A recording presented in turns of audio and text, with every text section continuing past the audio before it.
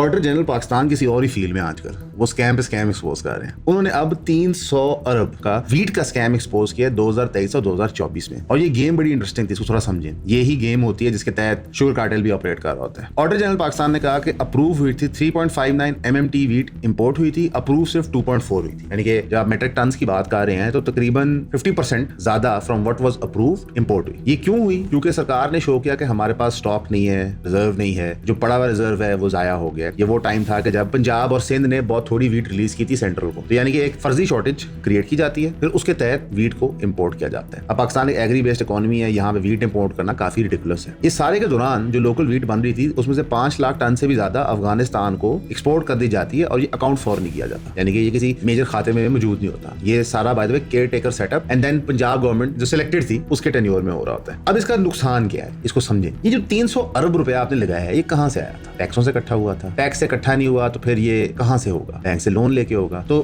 ہم نے عوام کا ٹیکسوں کا پیسہ لیا, اس کے تحت یہ اسکیم کیا, کچھ لوگوں کو ہم نے فائدہ پہنچا دیا. اس زمانے میں جب یہ اسٹوری ہوئی تھی تب بھی بریک ہوئی تھی کہ جناب اس میں بڑی کمیشنیں کمائی گئی, لیکن یہاں پہ کمیشنوں سے معاملہ آگے چلا گیا. یہاں پہ باقاعدہ پورا کا پورا مال ہی غبن ہو جاتا تھا. ہم نے سندھ میں سنا ہوا تھا کہ چوہے کھا گئے ریزروز, یا پھر جو ہمارے پاس سائلوز میں ریزروز پڑے ہوئے تھے وہ خراب ہو گئے. لیکن اس کو ویریفائی کون کرتا ہے؟ کیونکہ جب آرڈر جنرل نے ان چیزوں کو ویریفائی کیا تو کہا جی آپ کے ریزروز تو بالکل ٹھیک تھے, کوئی بیمار نہیں تھے, کوئی خراب نہیں تھے, پھر بھی آپ نے امپورٹ کر لیا. ابھی کچھ عرصہ پہلے ہم نے شوگر ایکسپورٹ کی, اب اس کو دوبارہ امپورٹ کر لیا. یہ چھوٹے چھوٹے چور دروازے بنائے جاتے ہیں تاکہ جو لوگ ہیں, جو حکومت کے چاہنے والے ہوتے ہیں, جو ان کے نور نظر ہوتے ہیں, ان کو ذرا وہ فائنینشیل فیور دے دیا جائے. یہ وہ کرٹیکل ایشو ہے جس کے اوپر پورا پاکستان تباہ ہو رہا ہے. نہ فرقہ واریت کرٹیکل ایشو ہے, نہ سیاسی لیڈرشپ کرٹیکل ایشو ہے, نہ rule of law critical issue ہے. ہمیں بھوکا کر کے مارا جاتا ہے, ہمیں نچوڑ کے ہماری جیبوں سے پیسہ چوری کیا جاتا ہے.